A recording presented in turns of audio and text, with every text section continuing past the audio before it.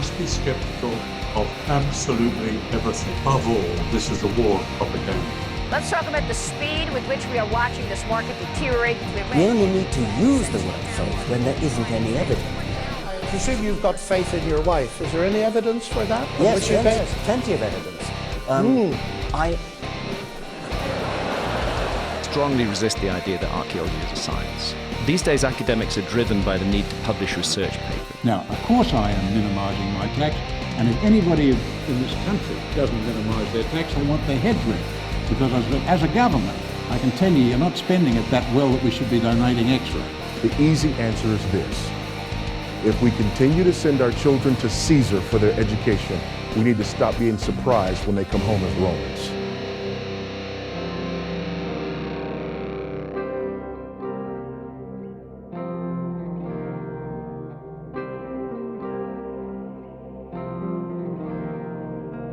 Welcome to another session of Fringe Frequencies. I believe this will be session number 9. I'm Jason, and this is... Cody. I'm Cody. Cody Kiriopa and Jason Gowans. Tonight we have a really, really special guest. I would consider him a bit of a whale of a guest for our little podcast. We've stuck out the harpoon and managed to nab John Steenhof, Principal Lawyer of the Human Rights Law Alliance. And we welcome you this evening, John. Jason, Corey, that is the most unusual introduction I've ever had. Being compared to that's something only my kids usually do to me. Yeah, no, it's great to have you. We are going to be, for our audience out there tonight, we're going to be having a nice informal discussion with regards to religious freedoms, how they're impacting Victoria, the wider Australian public. Maybe going further abroad and afield. We'll have a few questions. And John, can you let the audience know a little bit about, I guess, your background, what you're involved in, your organisation, what it's principally involved in, and maybe sort of take us through some of the events and happenings within Victoria especially, but then sort of wider scope in Australia with regards to not just the attacks on religious freedoms, but how that also affects those in Australia who aren't necessarily of a religious background, because I also believe that it affects them too. So, All right, don't dump it all on them at once, eh? Just tell us a little bit about yourself and absolutely everything you've done in your career. That's the Irish of me. That's the Irish of me expanding out with a long story. So, sorry, John, go ahead. No worries. Well, gents, it's great to be here. And of course, identity is everything in the 21st century. So let me share with you my identity. I am John Steenhof. I am John Steenhof II. My father is John Steenhof I, and my son, Johnny, is John Steenhof III. So I'm in a long line of John Steenhofs.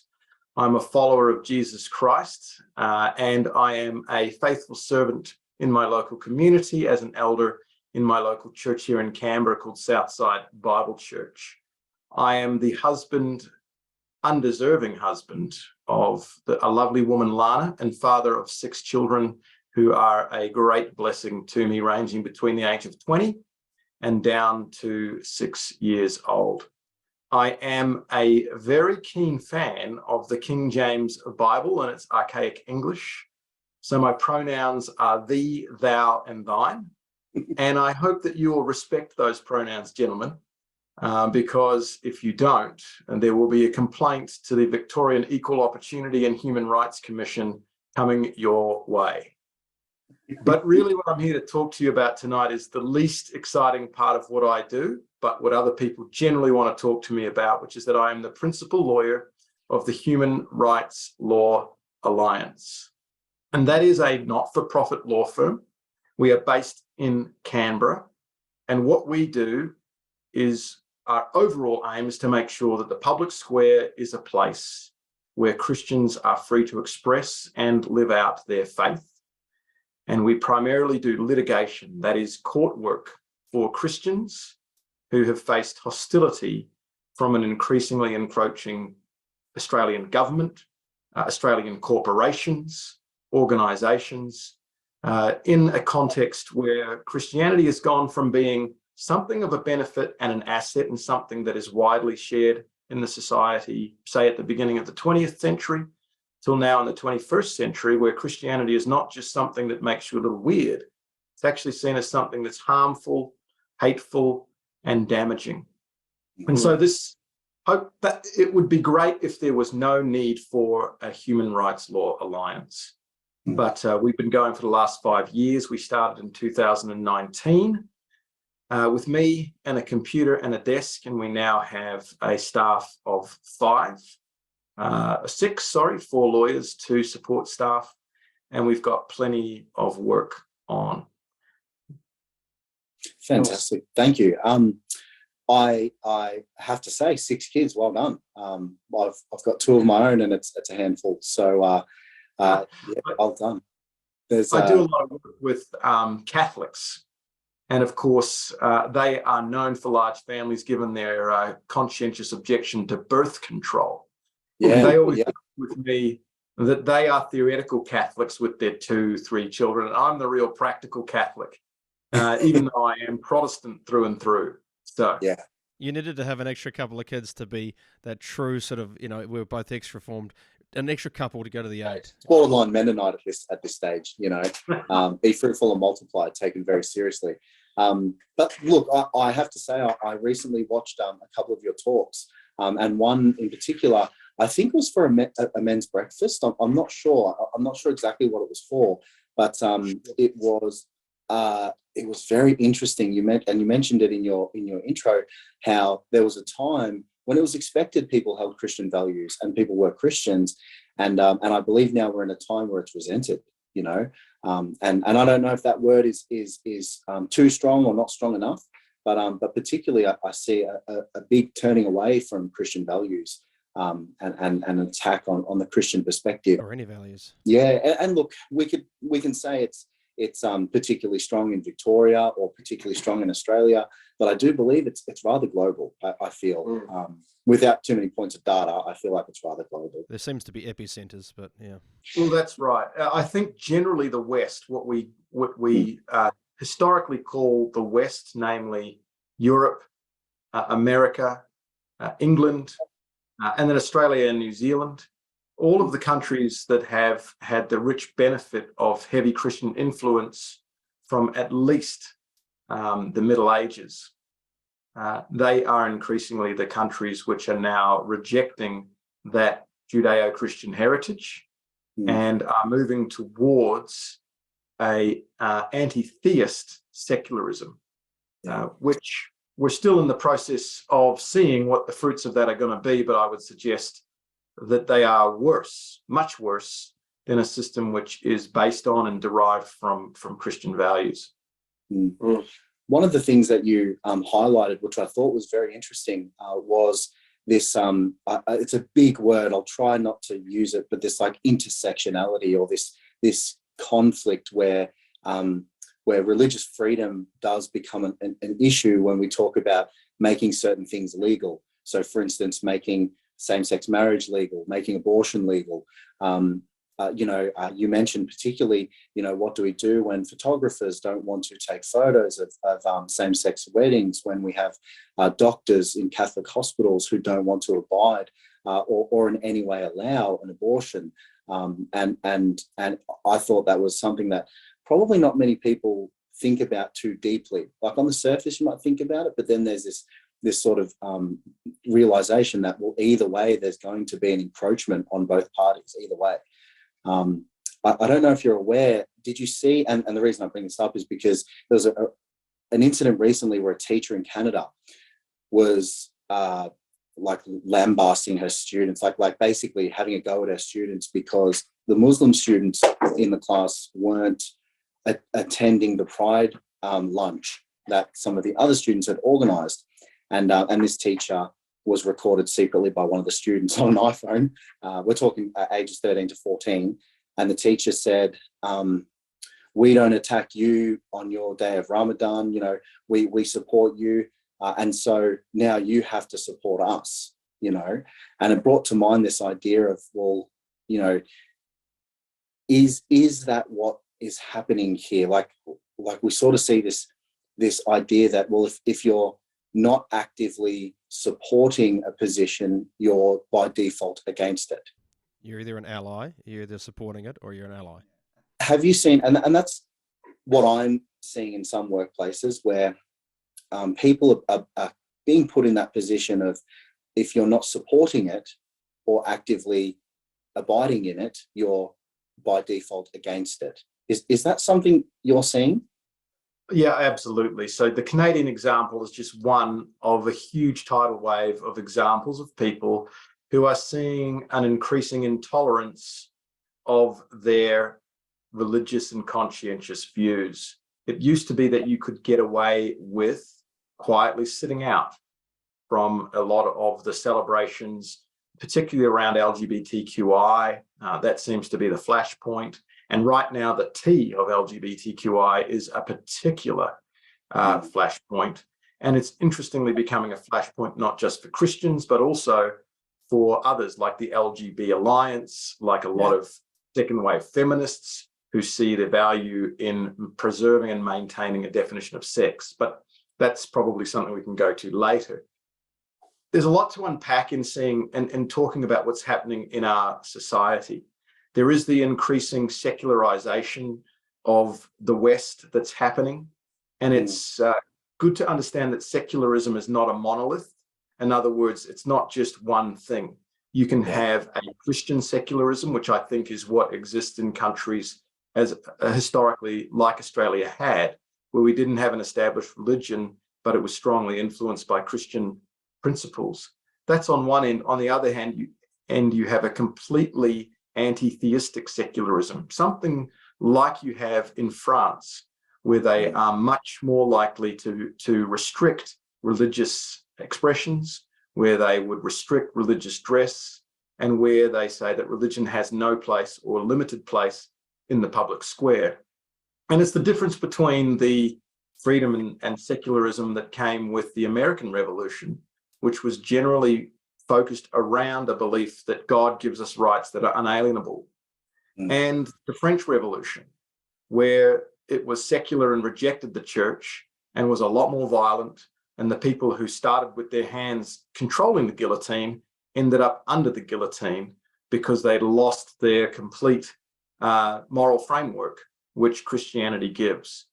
And I think that the West is in a similar position now, where the fruit of the tree that we see, all of the values that we think are widely held and everyone agrees with, things like equality, consent, things like participation in democracy, are things that have actually come from Christian roots. They are the fruit of the Christian ideas that have permeated our culture. And when you start chopping off those roots and saying, we're going to ascribe to those values without a Christian reference point, then you're always going to get a situation where you lose those fundamental values of the dignity of human beings, the values of compassion. And we're seeing all of that leaving us in society. That's one aspect of it. The other aspect is the internet age and the polarization that has brought. The fact that you no longer are in a thick community anymore, where you have to interact with your neighbors, people of different social statuses and different beliefs, but you can reside in an echo chamber of ideas, which just really exacerbates that wide difference between parties on a whole bunch of issues. And so you're seeing the whole tenor of it's that tribalism. The whole tenor of debate has now become a lot more febrile and feverish. And we've seen the rise of wokeism as well.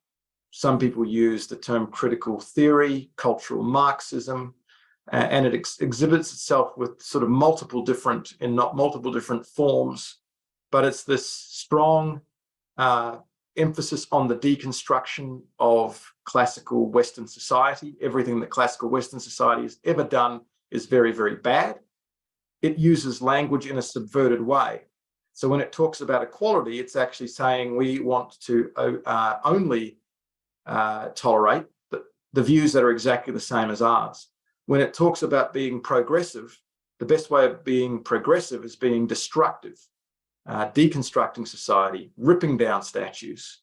And when it talks about that kind of respect for the human being, it's the first cause that's going to jump onto abortion rights, jump onto euthanasia rights, jumping onto things which are going to put the most vulnerable in our society, namely children in the womb, people at the end of their life, people who are disabled. It's going to put them at risk. So that's just a few of the many factors that are influencing what I think is a culture that's increasingly rejecting Christianity as its cultural mooring point and is on its way to something else. What is it? I don't know, but it's not going to be good. I once you sort of remind me of it was a really, really interesting perspective from a pastor. I don't recall his name. It was I was driving into the city in Melbourne and I was listening to him on the way in, and he explained it like this. He said, secularism and anti-theism is just the start. It's almost creating a void and a vacuum. Secularism creates the vacuum, and as we know, we are made to worship. It's what are we worshipping? So secularism has created that vacuum, and what is it going to be filled with? So Christianity, obviously, in the first, second century, it literally was the catalyst for driving out paganism, pagan practices. And so now, from my standpoint, when I listened to that perspective, I thought that was really interesting that we're actually devolving back to the old ways, and secularism has carved that out and made that possible. So, like I said, let's see, but interesting perspective.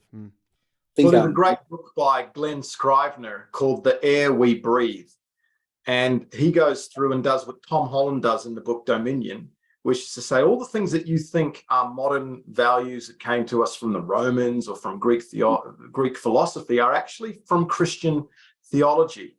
And if you went back and said, I believe in the dignity of the human being, I believe in compassion for those who are weak, I believe in equality between human beings, to a first century Roman, they would look at you like, what?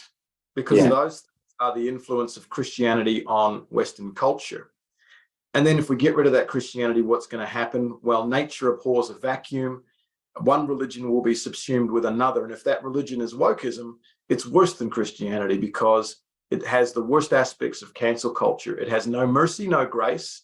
Anything you've done, no matter how long ago, will lead to your exclusion from society. It has a very thin and narrow set of beliefs that you can hold to. And there is absolutely no forgiveness.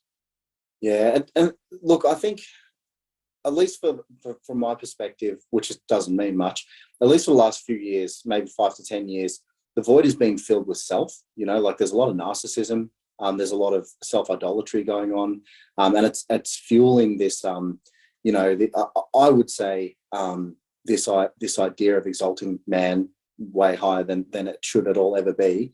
But something I just wanted to say from earlier that you mentioned, we have this really unknown thing, at least, that I consider probably unknown, is that, the common law that we have basically came from Moses, basically came from an Old Testament perspective of things, and even things from like, personal ownership, land, like all these types of things, but one of them I would say is even bodily autonomy. I would say bodily autonomy does come from a Christian foundation. So it was very interesting when we saw this, this mandated vaccine. I thought it was very interesting that it was mainly Christians and other religious sort of people who basically rejected it, outright rejected it, and I think that the secular world is very interesting seeing this contradiction where bodily autonomy was accepted in something, say abortion, but was not accepted in something, say a medical procedure like taking a vaccine. And do you think those two things are a bit contradictory, where we find, my body, my choice in one situation, and then in another situation it's it's for the betterment of everyone else, so not your body, your choice? You could argue that there is a I would argue there is a connection there with you could say, like you said, the wider wokeism. We're obviously going into a that's potentially going down into a different direction, but there would be a connection. Certainly, this is something that you manifest in particular instances here. where you have the modern anti-theist rejects a correspondence theory of truth that says truth is what corresponds to reality, and has a belief in no absolute truth, but complete relativity. Well, that relativity applies to all sorts of arguments, including what we were talking about there with vaccines, but wider on any particular issue. Bodily autonomy, sure. In one context, if it is in line with the prevailing ideology of the day, they will scream bodily autonomy all day. In the next one, where it doesn't conform to the prevailing ideology, whatever's fashionable, they will completely ignore it. And it's a bouncing between rationality when they're defending a position that is in line with what's acceptable thought. You'll be completely rational, go, well, of course this is reasonable. But when it is something that is not in line with your ideology, then it's the irrational, emotional, political and ideological pressure points that get brought to bear, not just on the lockdowns, COVID, etc. It's anything, whether it be The Voice, whether it be environmentalism, whether it be Aboriginal affairs, whether it be education, all of these things, you see this bouncing between rational and irrational in the culture. And it doesn't matter anymore what is true or what can be determined by the free exchange of ideas, freedom of thought, speech and expression. It's about whatever is going to confirm what my tribe is saying. That's allowed, and whatever's not gets excluded from the conversation. And so it's in that context. And all of these are issues that could be unpacked in many ways, but it's in that context that we are working for people of faith, for people who are Christians, who are facing hostility in the workplace, in the culture, when they volunteer for jobs. So, some of the work we do is fairly high profile. We just won a case in court last year. The decision came out just before Christmas for a foster couple in Western Australia, a young Christian couple, blue-collar workers who saw the great need for foster carers in the system. They said, we're happy to go into fostering and foster children on a temporary basis who are under the age of 5. So if you're fostering a child who's a toddler and you need a weekend off, they would take them for the weekend and give you a weekend off.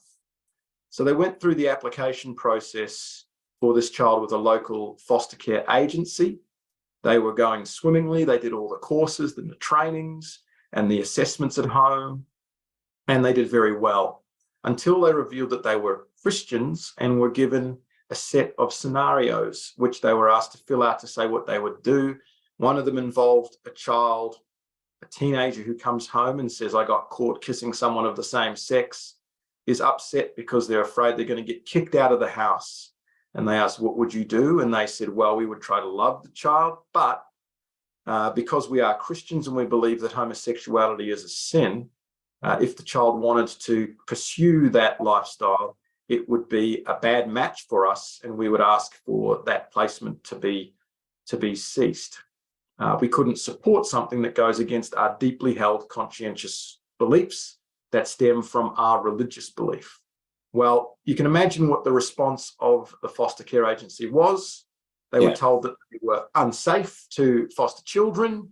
And they said, well, hang on, we're only trying to give temporary foster care to kids under 5 years old. How can our views possibly be unsafe for those kids? I mean, look at the lack of safety that these kids come out of. There's no way this is a real issue. Well, there was a long process of the agency saying, you know what, we're not actually taking into account your religion at all. You're just inflexible. This is a process we use for everyone. We assess them for suitability up to the age of 18. There's nothing to see. We're not really doing anything wrong. We took a claim through the Equal Opportunity Commission in Western Australia, who said, we see no evidence of religious discrimination here. Surprise, surprise. Surprise, surprise. And then, so we took it to court. And what we're trying to do is help Christians who before had to run cases by themselves, getting whatever local lawyer they can to run the case for them. And so it's always coming to court a day late and $1 short, making arguments with lawyers who aren't really well briefed, often don't share your convictions, or even at worst, you are self-represented. And what kind of precedent do you think is going to be made by those cases? Most of those people get cleaned up in the court system, don't even know how to run a good case. So what we want to do is go toe to toe, run the best cases using the best lawyers with the best experts and advocates. So in this case, with my relationships I had from commercial practice previously in Western Australia, I was able to get the second most experienced barrister in WA to take this case pro bono. And under him, he was able to bring 2 juniors. We had 3 experts on religion, religious belief and conviction. We had an expert on childhood psychology and to talk about the actual real effects of parents' beliefs on the fostering of kids. It seems like overkill, but it honestly is necessary when you're running these cases, because to the extent that courts are not hostile to religion, they're actually incredibly religiously illiterate.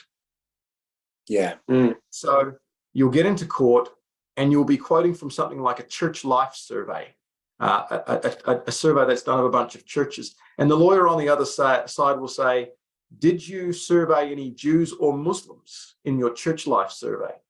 And the expert will say no, because Muslims don't go to a church and Jews don't go to a church. Muslims go to a mosque and Jews go to a synagogue. Now, that used to be part of our cultural literacy, that we knew those things, but no one knows those things. Sorry, can I just pause you there? So are you telling me that you had a lawyer on the other side who actually asked that question and did not have that general knowledge? I didn't believe that you had to have been mixing with Jews or Muslims to know that there is a distinction between churches, mosques, and synagogues. That's amazing. I find that amazing. Anyway. That's the society we live in now. And it's a new culture in which, and a new zeitgeist and spirit of the age, in which religious literacy is just not there. I mean, if you look at any television show or cultural offering, there is no real Christian character who might be neutral or good. As soon as someone opens a Bible on a show, you know that they're going to be a murderer or a child rapist or some sort of cult leader by the end of the episode. It's just great, open it for me. I know who did it. Yeah, I was in Woolies. It's funny you mention that. I'll just give my little anecdote. I was in Woolies and I said to a young person who was next to me, it was around Christmas. I said, "Oh, what are you doing for Jesus' birthday?" And he had no idea what I was talking about. He's like, "What?" He's like, "It's Christmas." Oh, I nearly fell over, and we're talking to a teenager, so it was very interesting for me. So I guess, look, man, I want to ask you so many questions. There's so many questions I want to ask you, but I'll try and keep them easy to unpack, which I don't think that any of them unlike will be. me. So well, look. So that case, those parents, those individuals were able to be eligible for foster care on that short-term basis that they wanted, I assume. Is that what winning the case looks like? Yeah, so when the case went to court, it was fought vigorously. The other side had a very large law firm, Minter Ellison, that did all the work for them pro bono, because all of the large firms have a pro bono program as well as a Pride compliant program where they do a lot of advocacy for the LGBTQ community. They were able to get the pro bono assistance of a very top SC. 3 days before the trial started, the state government intervened. In other words, they said, we want our lawyers there to argue a few legal points, not for our client, but against our client, saying that our client should be discriminated against on the basis of their religion. We had what was originally set down for a 7 or 8 day hearing, I believe. But as we went through, it became very clear that the foster care agency had prepared in a way that they hadn't put in as much evidence as they wanted to. Don't want to be pejorative about them, but they were worried about the fact that there were severe gaps in their case. And so they did something very unusual, which is made an application to reopen the evidence. In other words, we want to stop in the middle of the trial and have another go, which they were allowed to do in the circumstances, but it still didn't help them. In the end, we were successful in our claim that our clients had been discriminated against on the basis of their religion by this foster care agency. One of the only cases in Australia where there's been an acknowledgement that, yes, Christians do face hostility for their faith from our institutions, and a great decision. There was lots that came out that was wonderful in the decision. So our clients came across as credible and believable when they talked about their religious beliefs. In contrast, there was great shade thrown on the evidence given by the other side. And the judgment, the cake that you get at the end for winning is the decision. The icing on the cake is the judge's comments that it was clear that they were trying to cover up the real reason why they rejected our client. It was very clear that they made claims about how they assess that were not correct, that were used to mask the fact that they had discriminated. So it was an exceptional decision, and it gives a opening for other Christians who want to foster, and a decision to point to say, hang on a minute, you can't just reject someone because of their Christian faith. Then that comes to my thought about that. So at the moment, it's pretty clear to me that the judges work from a platform that still undergirds objective outcomes, such as the one that you've had. My question is, what happens when that's not the case? So, for example, I'll just cast your mind to the States with their Supreme Court justices. And obviously they've had a lot of to and fro between them over the last 10 years, and Donald Trump sort of stacked them with Supreme Court justices, that were you could probably argue, Donald Trump aside, were more in line with traditional values that everybody benefits from. My question is, when that in Australia, I don't understand the legal framework over here with regards to. Did you go to the Supreme? Was that the Supreme Court, the High Court in that was actually the West Australian Administrative Tribunal. Okay. And so it's a fairly low tribunal, but the person who ran the case was someone who was shortlisted for the last round of High Court appointment. She is a judge who presides over the tribunal, and when she sees a case that's going to require some significant legal nous and knowledge, she'll take the case herself. And in fact, she didn't just take it herself.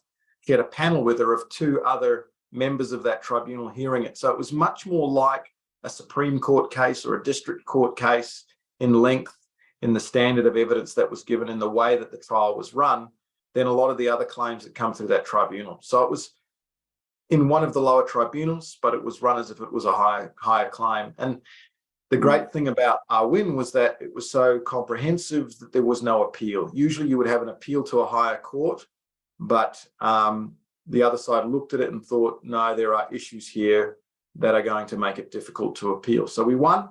There was no appeal, which is great. Wow. So is the bastion of protection, just to round off my question, is the bastion of protection there that these higher court judges are still upholding the traditional framework of law and their objective outcomes?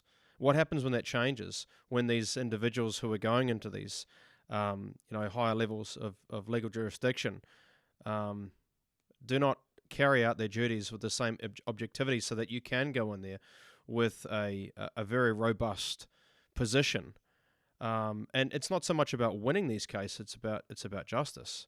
What happens when that changes, John? Because as we see from the United States' side of things, what I see is that they've, on the one side, politics wanted to stack these Supreme Court justices with more left-leaning, without sort of court trying to get too far into that, left-leaning judges, so that we had outcomes that were just, you looked at the outcomes and how on earth did you preside over this?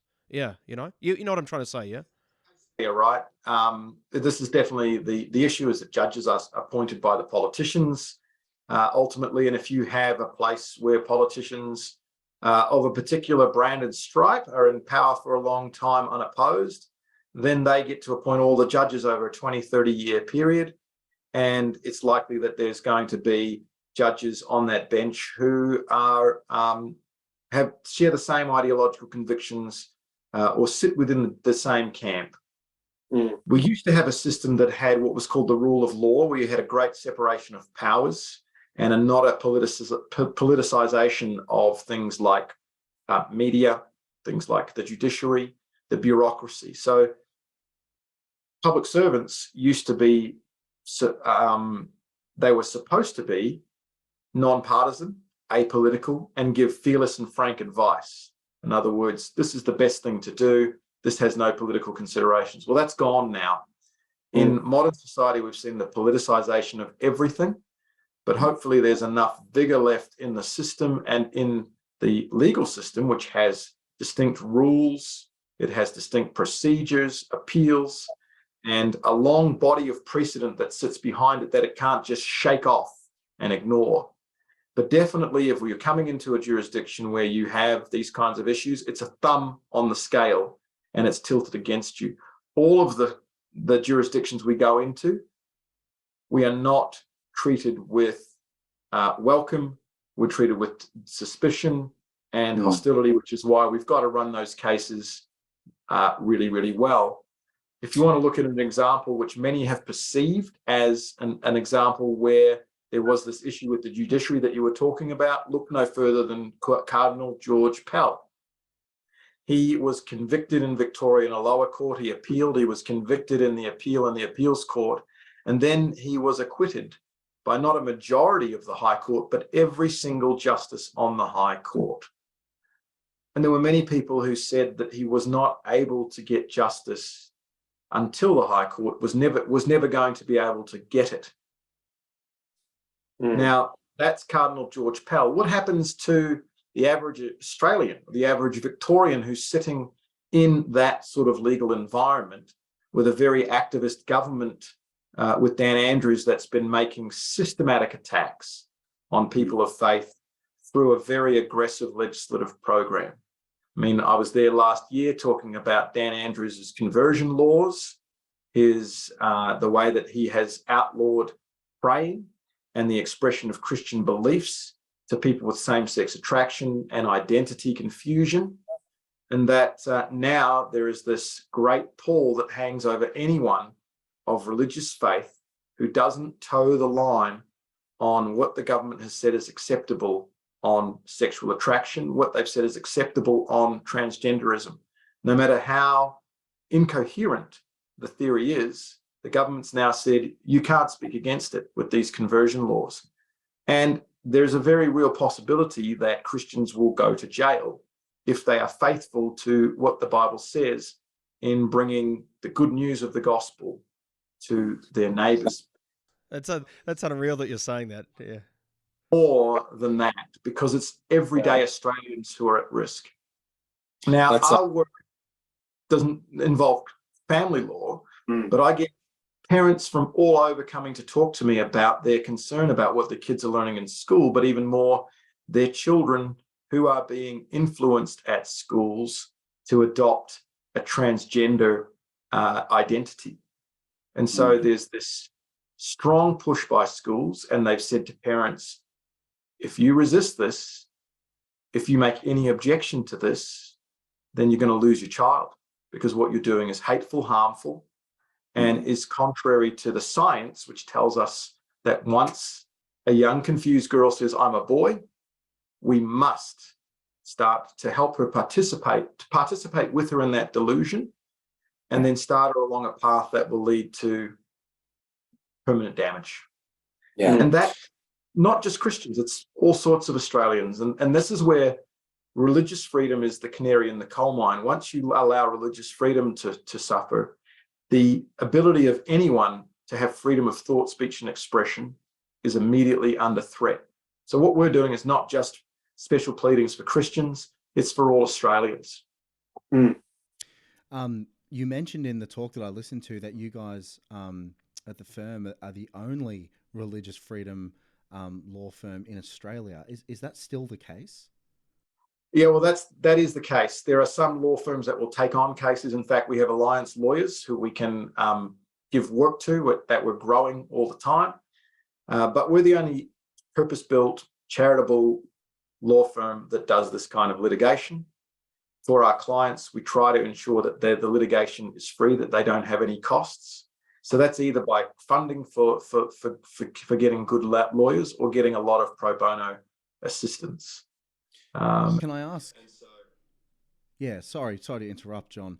Can I ask how many cases have you taken, and how much are you approached? Like, I would imagine that out of many approaches, you may only choose one case. But is there a big distinction between the two? Like you have a lot of potential cases, and you have X amount of actual cases. Can I ask you that? Yeah, absolutely. So if I'm going to give you some rough numbers here. Since we started in 2019, we've probably had 600 inquiries. So we've got a really wide funnel at the top. And what we're trying to do is narrow it into a funnel at the bottom of the cases that we are going to take.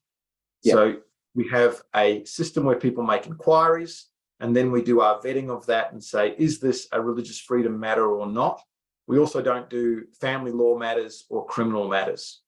So it's got to be someone who's genuinely facing hostility for their faith, and that can be in a number of different areas, whether they're getting dragged through the courts with a discrimination claim, they're being told that they vilified someone and used hate speech, and they're being dragged into a tribunal, they've been fired from their workplace for breaching a code of conduct, a la, the Israel Folau case, or you've got someone like Andrew Thorburn, who was the CEO of Essendon for 24 hours, the football club. And then when it came out that he attended a church where there were sermons preached 12 years ago that some people in the media didn't like, he was immediately stood down.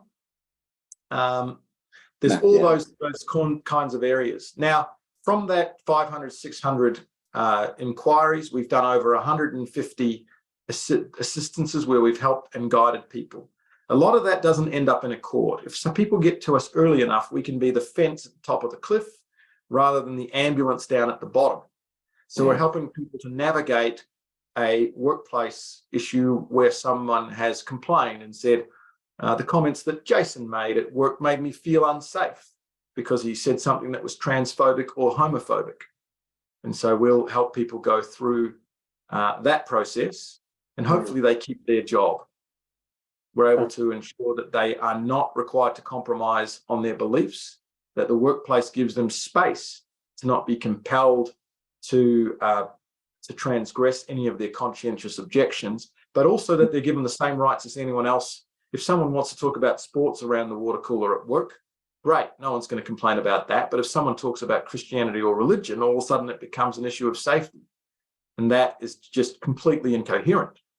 So it's pushing back on those things. Students at university who get pressure put on them when they don't enthusiastically affirm whatever the latest LGBTQ campaign is, will represent them and have done so successfully. It's really good work to do that. Sometimes we get into a tribunal. A lot of times employment tribunals, we'll do some work in there. So for instance, a great case we ran was a teacher who was frog marched out of the classroom when we refused to use the wrong name and pronouns for a young girl who the school had said was transitioning. The school had come at the beginning of the year and said, this child is transitioning, is going to be in your class, you need to use these pronouns and names. We're going to have a session, an information session to upskill you and educate you and give you all these resources on these issues. So he attended and started asking questions about the science. And he said, well, hang on a minute. If you just leave them alone and you use a holistic approach to these issues, doesn't it resolve by the time they finish puberty and reach adulthood in about 90% of the times? And they had no answer. He said, isn't it when you transition them that you make a risk to the other students because there's this social contagion element? And he asked too many questions, so they cut his mic. And he said, look, I can't do this. I know I'm out of step with the school, but what I could do is teach the other math stream for the rest of the semester and try and find another job. So we can come to an accommodation and it doesn't have to come to a head and be a battle between the two of us. So they stood him down while they considered that. And instead of considering it, they dragged him in, said, "You're out. Here's your box, pack your bag, get out. You're gone." So we took a complaint through the Fair Work Commission. In the conciliation, which always happens in these, we were able to point out to them that what they had done was not only discrimination, was not only wrongful termination, but the only person who truly loved this young, confused girl was our client. What they were doing was dangerous, damaging, and was terrible. Wow. And that we would evidence to that effect. And so we got a settlement for him. He's a young guy. He's recently married. He's got a mortgage to pay. So we got him money to pay the mortgage. We got his termination rescinded so that he was able to say that he had resigned. We got an apology to him, and we were able to get a note in the school newsletter thanking him for his years of service and wishing him all the best, which they did with absolute gritted teeth and anger. So that's a case where we I was about to say for a teacher. Yeah. That guy. That's amazing. Here's how what happened. I heard later on. Firstly, that guy went from being a math teacher to being head of PE at another school. I mean, that is definitely a step up in anyone's language. Amen. That's right. Yeah. Just had a baby with his wife. Was able to take some time with the money that he had to actively find a new job, and didn't have to go and saying I was terminated from my last job because I'm a bigot, which would, even in a school that's supportive on these things and is not destroying the lives of children by allowing them to transition, even that would be hesitant for those kinds of schools. So it was a really good win. You ain't gonna hear about that one on Channel 7. I tell you. We only hear about it on these sort of channels. Yeah, these fringy ones. And how valuable that is, you know, for other Christians to hear that story, you know, of these, because that would have been difficult for that young man, no doubt. That would have been very difficult. And to have an outcome like that would be extremely encouraging for others. I do have many questions, but Jace, what's up? Yeah, so, lots. So two things that are on my mind. First one is the wider culture and how this is perceived. So what I see in the wider culture, you could say, you mentioned Christian secularism. I'd sort of move maybe towards the conservative secularism, which is an acknowledgement that there is a God in the ether. They have traditional values. They might mention God here and there, but you know, certain parts of their individual lives would be very similar to ours, and then other parts of it wouldn't. So I think American conservatism sort of comes to mind. And a lot of these individuals, you know, although there might be, you know, adultery proliferating and marriages aren't exactly great, the underpinnings are the same in the sense that, you know, they're seeing, you know, all these changes happening, and they're also against them. But very, very similar to one of the talks that you said, there was two outcomes. You had an individual who was discriminated in his workplace, and his reaction to it was basically, and you probably recall this one where I'm feeling uncomfortable. I'm not really comfortable in the setting, and he had a bad outcome. He wasn't bringing. You probably remember that one. He wasn't bringing Christ first. And there was another situation with a young girl at a university. And there was obviously pride parade flags and on the email tags, and she actually came out with the gospel to say exactly why that was an issue for her. So there were two different outcomes. Do you recall that one? Yeah. Yes, yeah, absolutely. So the two different outcomes. So the first outcome there reminds me, kind of maybe there's a parallel between this kind of conservatism out there where they're becoming rather than having these rational conversations, which sometimes seem pointless anyway. And obviously bearing them out through the courts, there's antagonism. They're filled with, and understandably so in some, understandably so. Okay, they're filled with anger. So here in Victoria, we have, was it Trans Story Time? There was a constituency. Drag Queen Story Time. Drag Queen Story Time. Here in Melbourne, in one of the constituencies, and we had, you know, a flood of parents come in, and they were noticeably angry, and a lot of these people weren't just Christians. These were people in the wider community, conservatives, Muslims, Christians as well, but they're all converging. And we see, we almost see in some sections of the Christian community people ignoring it, maybe thinking that this is all going to go away. And then we see sections of the, let's say, wider community who are not religious and think this is going to go away. And then we see a convergence of predominantly, maybe someone correct me here, predominantly Christians who are not activists, but Christians who are saying, no, this is enough, Muslims, and conservatives in the community who, while they don't necessarily share our same theism, they still share the underpinning values, but we're getting different reactions to it. And obviously, reactions that are antagonistic or, let's say, violent, naturally they're going to get us in trouble with the law, but it's also going to cause the other side to say, aha, see, and obviously we want to prevent that. But you talked about canary in the coal mine, which is basically the freedoms that have been restricted on Christians are a canary in the coal mine for everybody else. But what would you say to, obviously, other than preaching the gospel, which is the center one, which is going to change hearts, what would you say to those in the Muslim community or those who are conservative who are seeing these changes? What would you say to them about what they can do? Because your whole Human Rights Law Alliance is obviously predominantly set up for, set up to defend Christians against religious discrimination in workplaces and schools. But what about the wider audience out there that see these changes? What would you say to them? Yeah, well, look, in international human rights covenants, freedom of religion is closely tied to freedom of thought, speech, and expression. And all of the freedoms, in fact, in those human rights covenants come from a very Christian understanding of the dignity of the human being, which is a uniquely Christian concept, and the importance of the conscience of the human being.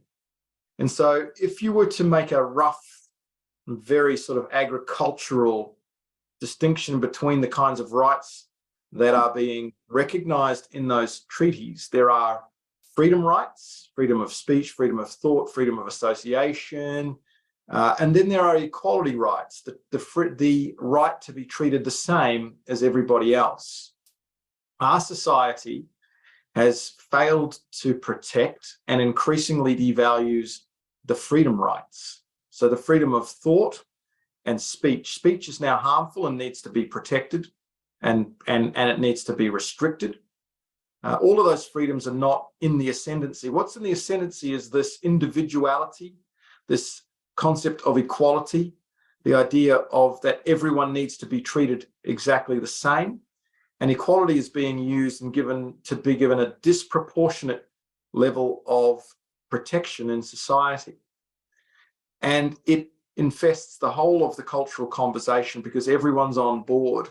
All of the cultural levers of power look at equality as the supreme and the freedoms as being lesser or needing to be restricted. Whereas in a classical understanding of these, the two things existed side by side, and where there were tensions, there was an equality between those rights, and you needed to find a good balance. The balance is skewed whether you're a Christian, a Muslim, a flat earther, a environmental skeptic, name it. If you're out of step with the zeitgeist, with whatever the window of acceptable views is right now, then you're going to find yourself limited in how you can participate in the open public square. And so the only place where Muslims, Jews, people who are atheists, people who are agnostic, can truly have the maximum amount of freedom is in a secular pluralistic society that is firmly grounded in Christian roots. Those are the only societies that have had that level of freedom. They haven't got it right all the time. There have always been blind spots in ways those things have been worked out over time, but they are the best. And what we're looking to replace them with are the worst. Not just everyone.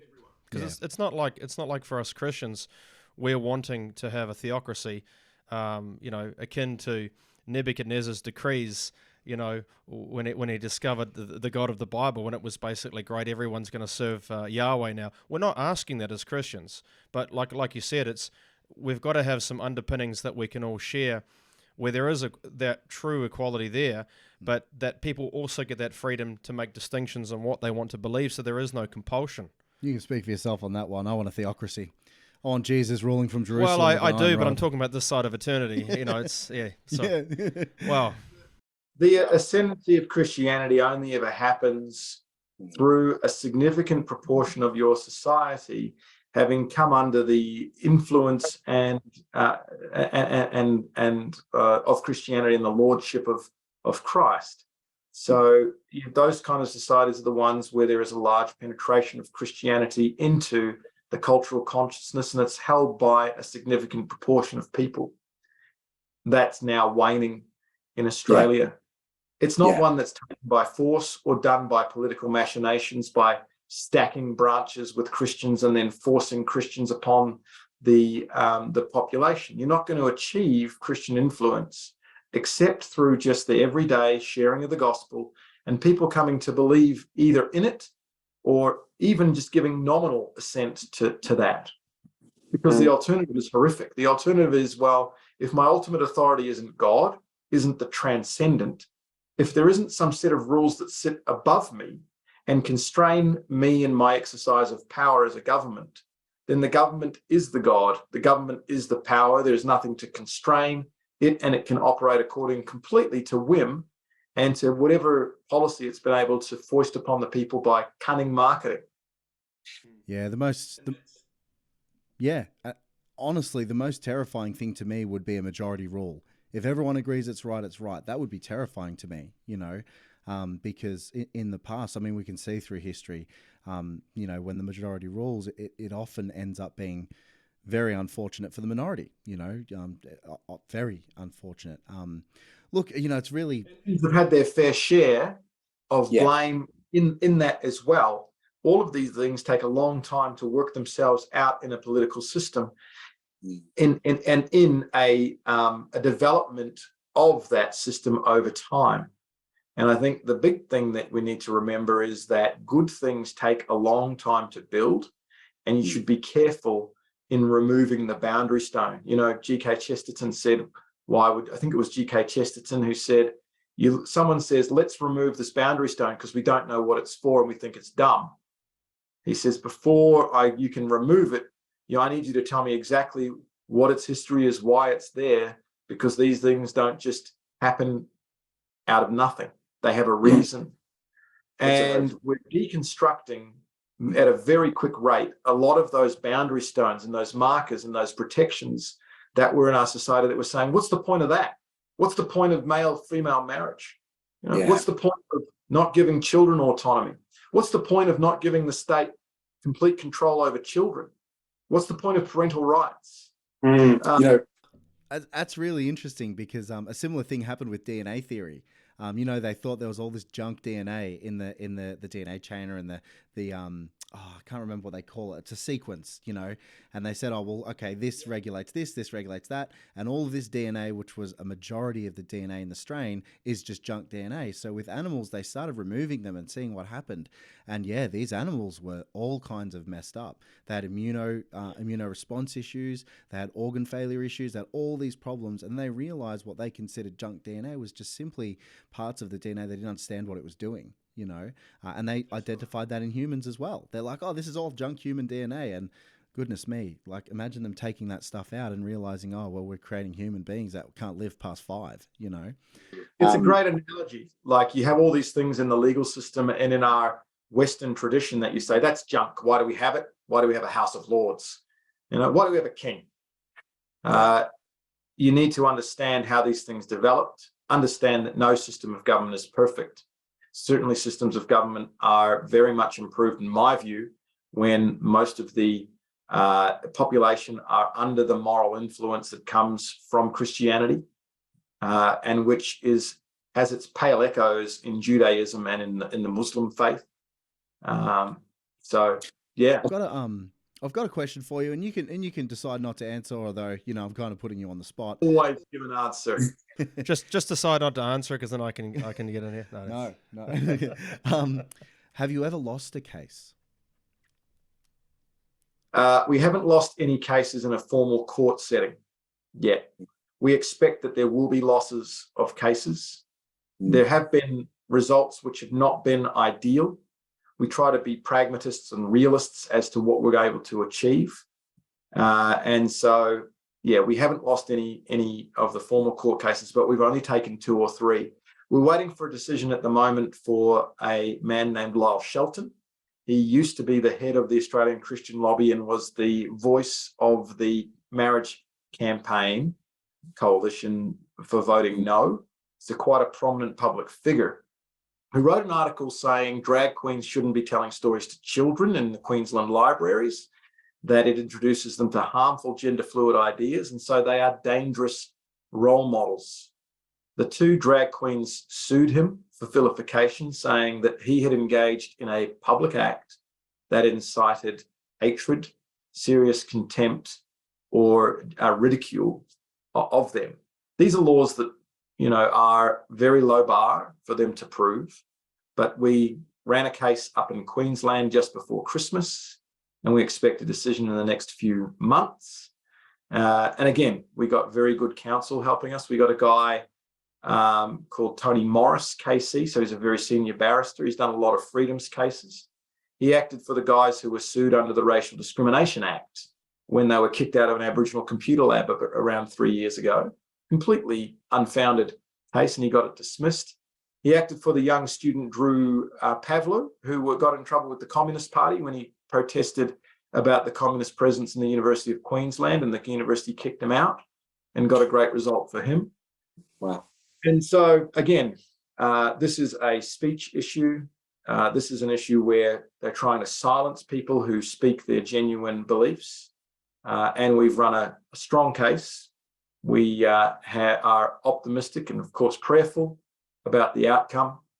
And so that's the next cab off the rank. We've got another one in Victoria for a doctor who's been suspended for almost 5 years now without trial because he made posts that the medical regulator just made him a not fit and proper person to practice medicine. Of course, they were Christian and conservative posts.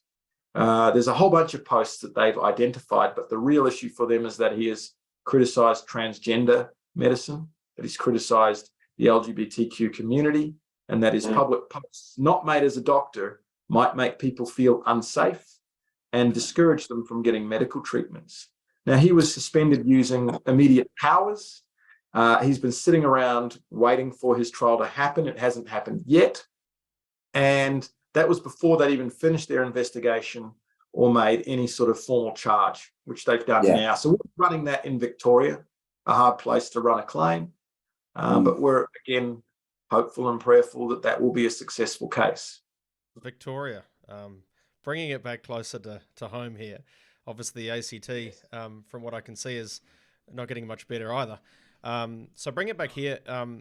Now, the last time I listened to you in the flesh, it was you discussed, for lack of a nicer way to put it, there's actually a kangaroo court for claims against individuals on account of things like the conversion therapy laws with regards to, let's say, someone who is not a pastor, someone who is not a chaplain, someone who is not specifically in the role of, let's say, discussing or preaching the word.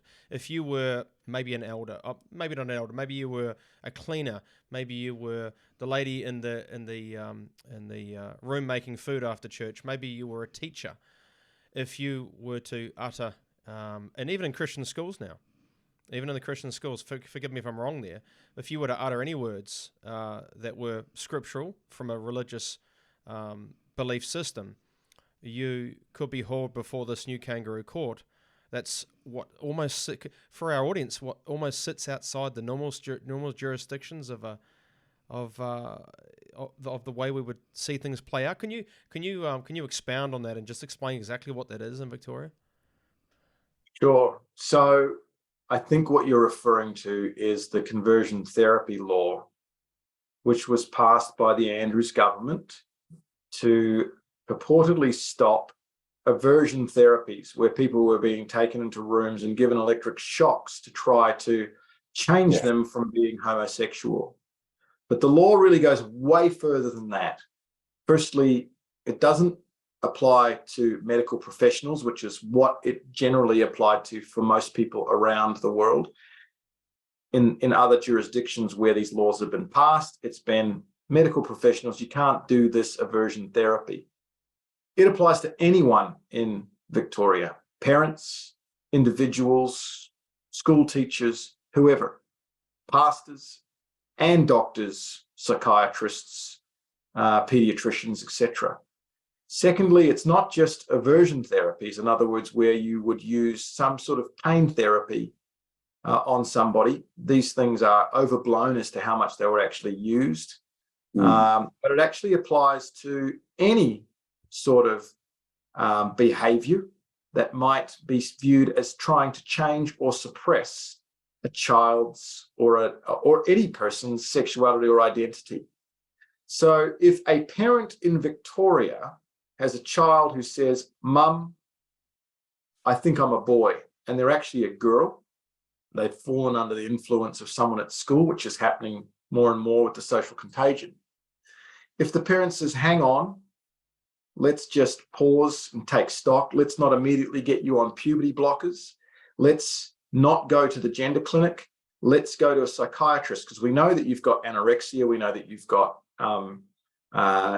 got depression, you've got anxiety, you've got PTSD, you've had adverse events in your life. Let's try to work through these issues in a holistic way that deals with all of your comorbidities before we start jumping down a pathway of transgenderism." That parent can be charged and go to jail. Now, this law has two tiers to it. There's the one where the police can do an investigation and go through all of the different steps that are necessary for a criminal hearing of these kinds of issues. That's not a kangaroo court. That's actually one that's based on the classic principles of the criminal law and will give you the full protections as someone who's been charged under the criminal law. But laying underneath that is something what's called banally the civil response scheme. Now, the civil response scheme gives powers to a body called the Victorian Equal Opportunity and Human Rights Commission, the VROC. It is headed up by a commissioner who is a non-binary person who identifies as they, them. So is already part of the LGBTQ community and who alleges that they're not biased, of course. Experienced conversion therapy in their youth within the church system, supposedly. And that was not this aversion therapy, it was any counsel that they had to say that this is against the will of God and that Christians need to find their identity in God, need to find their sexual boundaries within a classical Christian framework. It's what churches have been teaching for millennia. Now, they have powers. They have powers to educate. So they've been given a lot of money to go around telling people how the law is going to work, how the law is going to be applied, what it means in practical terms. They've got most of that, in my view, wrong. And they are taking a law which I think has a very narrow application and saying it applies to anything that you say. But they're not just the educator, they're also the one who gets to investigate. So if they have any reason to think that there is some sort of practice going on that falls foul of the law, they have powers to require you to give an account, to notify you that they want to see all records that you have, to compel you to attend into the Equal Opportunity and Human Rights Commission. And if they are satisfied, so this is the one who's educating, the one who is also investigating, and then now the one who is also going to impose penalties on you.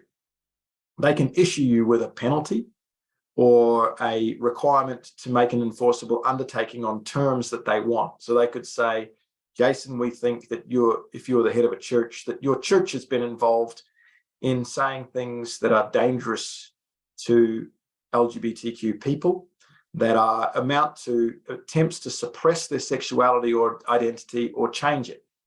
Well, we want you to sign this form saying you will never preach a sermon from Romans 1, that you will never preach a sermon from 1 Corinthians 6, that you will never, ever say anything about what God thinks about homosexuality, indeed, about what God thinks about any sexual practice, whether it be lust or pornography or adultery. It's all bad. You can't do it. And if you didn't sign that, then they could impose it on you, all without you having seen the inside of a court. If you didn't like what they did, you would have to take them to court. So it skews the system, and it gives a lot of power and concentrates it in the hands of a bureaucratic institution, which is increasingly what's happening in our Western society on a whole bunch of fronts, whether it be immigration or public health. It is increasingly education, unelected bureaucrats who have a lot of powers, and it is a attack at the foundation of what we call the rule of law, which is the idea that the person who makes the rules should be different from the person who explains the rules, from the person who investigates the rules, from the person who hears the charges, and from the person who gives a sentence.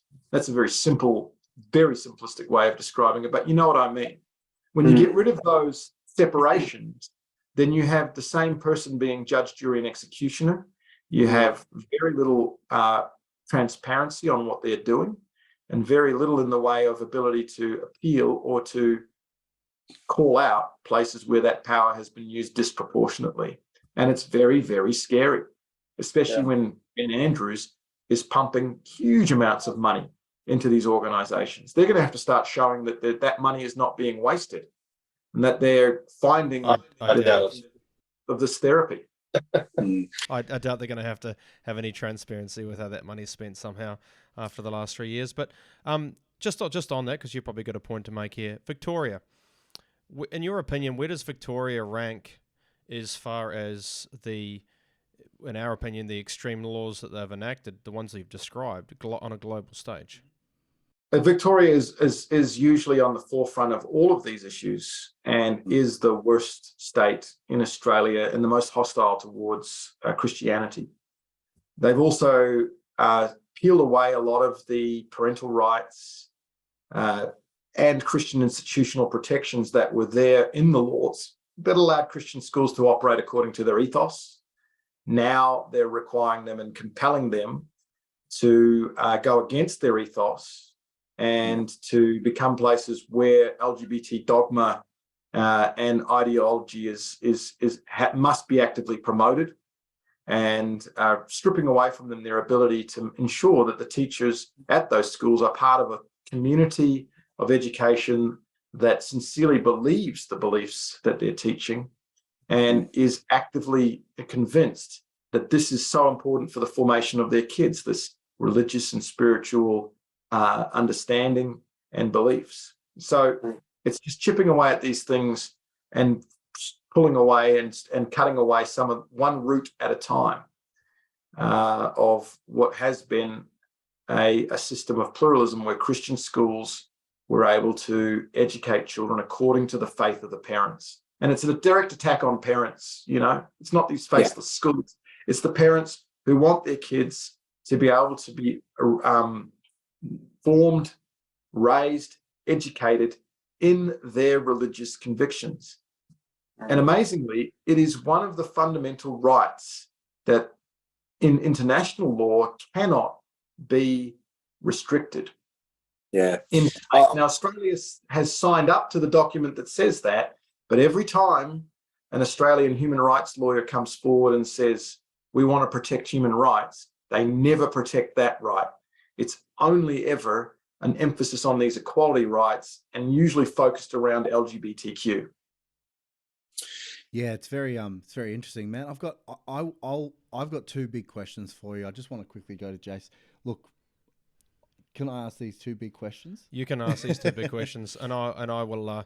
We're very mindful of the time that you've spent with us this evening, but I might cap it off when Cody's finishes with my last little one. But Cody. My first question is what advice do you have for the individual who's suffering religious persecution in their workplace, in their occupation or wherever it may be, what piece of advice would you give them from the experience and from what you've seen in your job that would help them endure or get through or perhaps move forward with something? What advice would you have for that person? Sure. Look, every situation's different, but I'd start at the macro level. I would say go back to first century Christianity. Nero was burning Christians at the stake. No one's getting burnt at the stake yet. Now, that's cold comfort for someone who's going through trials at work. Then I would say the church was around at the time of Nero. Where's Nero today? Nowhere. All of the governments that have been hostile to Christianity and supposedly have said we're going to destroy it have failed to do so, including some pretty big and nasty ones in the 20th century. Amen. The church is still here, Christians are still here. And as a Christian, you would read the last page. You know these things have had a beginning, they've endured, and that they will have an end. And the end is good. We don't know what's happening in the interim, but we know that the end is good. So it gives us hope for the future. The second thing I would say is that they need to be, and in this order, faithful, wise and astute, and complying with the law or complying with whatever the society's restrictions are. The first thing you need to do is to be faithful to the word of God and to your conscience. And you need to be very careful on what you say your lines of conscience are, because sometimes we can draw those in places which just reinforce our own prejudices, which would protect parts of us that are actually dark and not very good. So you have to make sure that what you're doing is right and something that you absolutely want to stand on. And then you've got to be wise. So you've got to choose what hill you're going to die on, because not every issue is worth raising and making a big deal out of.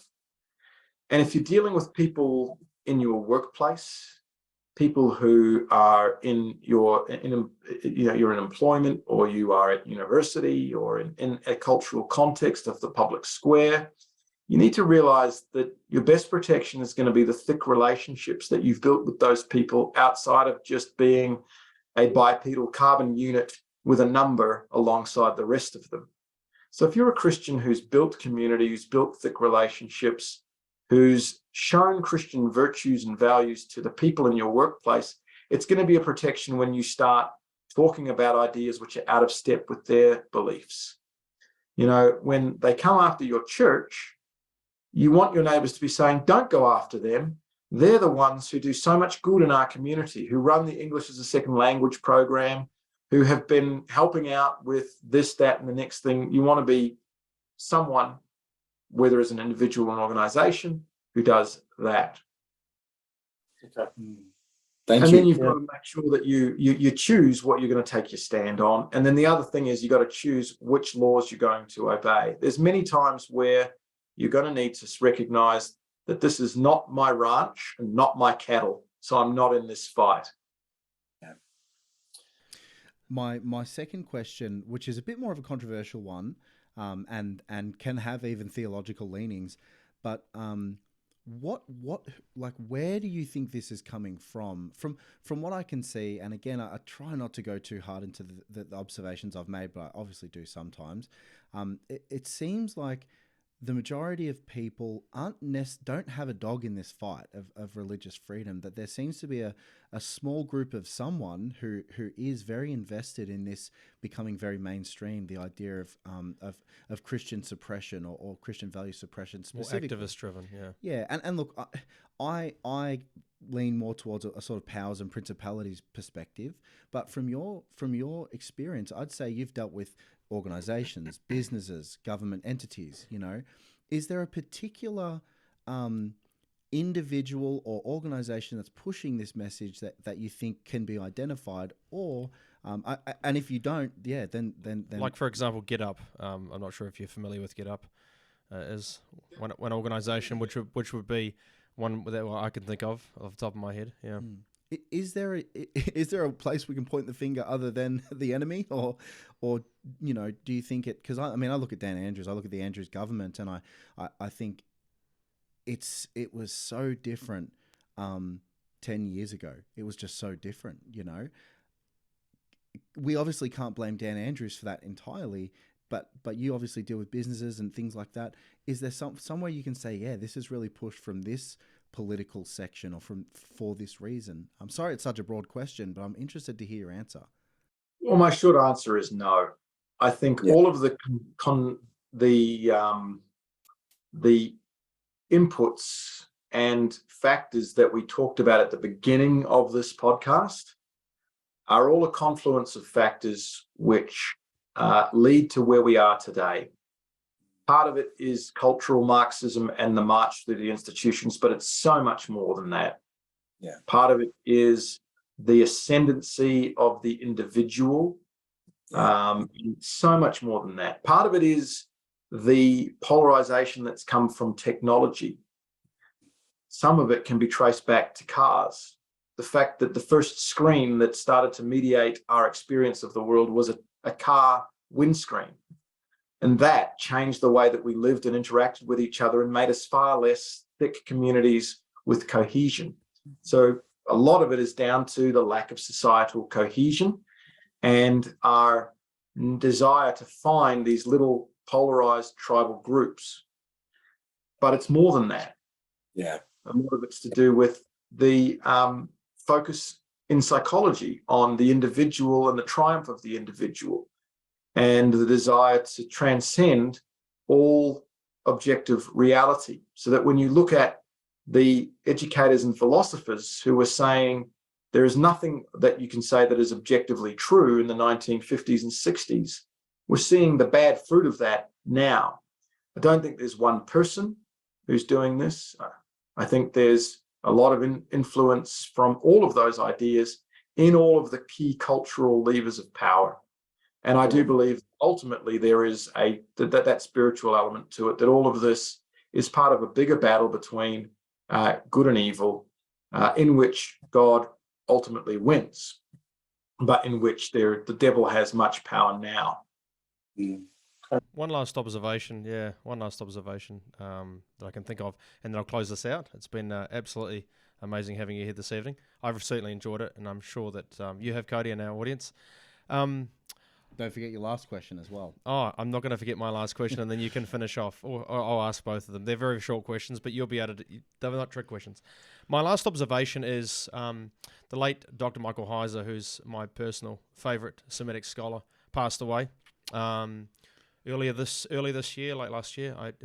So many of them, Marcia Sproul, there's so many now that gone to glory. And one observation he made in a podcast I listened to was, if we look at the principalities and powers that undergird all these things that we were just discussing now in your answer, that would make sense. It would make a lot more sense to me that that all these cultural shifts that we're seeing going so far to this left as an extreme would come right back to the middle, to stall, to basically stall the end. It would make a lot more sense for me to see things being stalled than for things to get worse. Worse in the context of the way we've been discussing things. That would seem a lot more sense to me. I'm not saying I'm not going to be the devil's advocate and say if I was Satan I would do this, but it would make a lot more sense to stall these things to a place where we have this type of secularism where it's like we're all affirming and accepting and tolerating of each other, but we won't attack each other. Does that make sense? So rather than obviously this attacking approach that we're getting from leftist type groups and activists, it then comes back to the middle where Christians become apathetic. They're not getting attacked, and everybody's kind of doing their own thing, but they're not indoctrinating your kids anymore. I would see that almost worse than what's happening now. And I don't know if you've kind of observed that culture, that maybe that cultural shift is a possibility as well to forestall the end. And in some ways, we could see a great reformation. We could see a massive rebalancing and readjustment. They have happened in history before. I think particularly on the issue of the transgender influence on children and the medicalization of children at an early age, and permanent medical interventions that we see with what's called gender affirmation medicine. I think that is going to be something that we're going to see a major shift on, and we're already seeing around the world some real green shoots on that. Yeah. I think we're going to see a rebalancing of the role of the state as opposed to parents, that parents are going to start to realize that it's not good if the state is so intrusive into all aspects of their family lives. And we'll see a pushback on parental rights, which I think will be very, very good. Again, not just for Christians, but for every Australian who loves their kids. And hopefully we see some sort of renewal and vigor put into the political system, because a Western culture requires a strong political, strong politicians of character, politicians of virtue, politicians who say, I'm going to do this because it's the right thing, not because it gives me any sort of benefit or gets me votes. We don't have those kinds of politicians. You certainly don't have those politicians in Victoria. And when you do, like Maura Deeming, they get shunted to the side and kicked out of the party. Who was that guy that came back to Parliament to stop the emergency? Yeah, so he had a vendetta against Daniel Andrews, so he came back just to spite him. Yeah, that was actually brilliant. John Maura Deeming, had the privilege of meeting her once during that election campaign up in Sunbury, where we live, and absolute stalwart. She really is a shining light, and it's quite interesting to see the developments of a spineless opposition. And you mentioned the word democracy. We don't have I don't believe we've had democracy in this country for a long time. Discussion for another time, John. Absolutely, sorry. It's better than anywhere else in the world. So be thankful you're here and not somewhere else. That's correct. Yeah. It's the best of what's around. Yeah. It is. We are very blessed people, and we have every reason to be confident that the long term there will be blessing for us, even if lives get harder. Hey, how good is it to be out of step with the culture so that we don't just get lost in the noise? We're taking something that's fresh and new. The only rebellious thing left to do is to read your Bible and go to church and have a family and love your wife. We're the rebel. An NASB or a King James? King James, mate. King James. Just on that note, you mentioned King James at the beginning. We actually had the first podcast was actually, we started it on King James, actually. Interesting enough. Yeah. That's the very first one. Two questions. I'm going to let you finish with the last one, and it's I want you to give us the definition of a woman.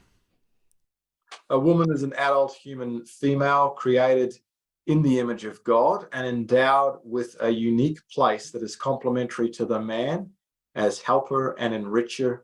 There's a lot more I could give, but I think that's a pretty succinct. Thank you. I didn't think anyone could expand on Matt Walsh's definition, but you did very well. I'll start using that one from now on. And the last one, Cody? Adult human female, made in the image of God. Amen. I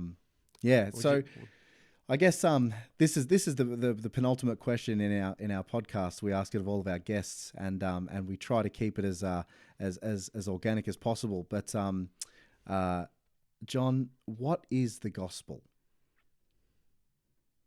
The gospel is, I am a great sinner. I have fallen from the state of perfection in which my race was created through the sin of my father, Adam. And I will stand before a perfect God one day and need to give an account of why I did things that were wrong and why I didn't do things that were right. And his standard is perfection. I will not be compared to anyone around me. I will only be judged against the standard of absolute perfection, which is a necessary and inherent quality of God. And the only way for me to stand before him confidently is to say, I failed, but there was someone who didn't, and that was Jesus Christ, the Son of God, who came down, walked among men, took on the form of a man, lived a perfect life, and then died a death on the cross so that whoever has faith in him will not perish, but will have eternal life. And so through Christ, not only are my sins paid for and wiped away, the debt paid, I also have imputed to me the righteousness of Christ. So I stand before God in robes that are spotless and can call on that righteousness as the merit which gets me into heaven. That's just one dimension of the gospel. There's a lot more. That is nice and clear. Thank you, brother. No, that was wonderful. That was wonderful. again, thank you for your time, which is very valuable in the things that you do. John, thank you so much for the time away from your family also. 6 kids is a lot. I know they're not all at home, but your wife certainly is, and I thank her as well for the man that she supports, and no doubt is probably your very foundation. But as part of this podcast as well, John, is there any way that Christians at large can support the Human Rights Law Alliance, whether that be through monetary funding, whether that be through peripheral support? Is there any link that we can perhaps provide in our podcast for that endeavour? Sure. The best thing you can do is pray for us. The next best thing you can do is pray for our clients and those who are facing hostility. If you'd like to give money, we exist almost exclusively on the basis of donations. And so go to our website, hrla.org.au, and click on the donate button. We'd love to have you come and partner with us. But even more than that, find out more about the work that we do by signing up to our newsletters, also on our website.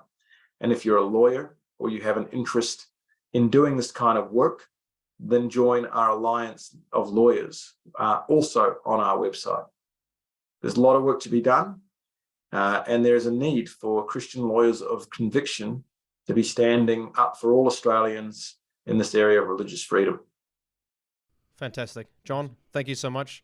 God bless. We will conclude this evening.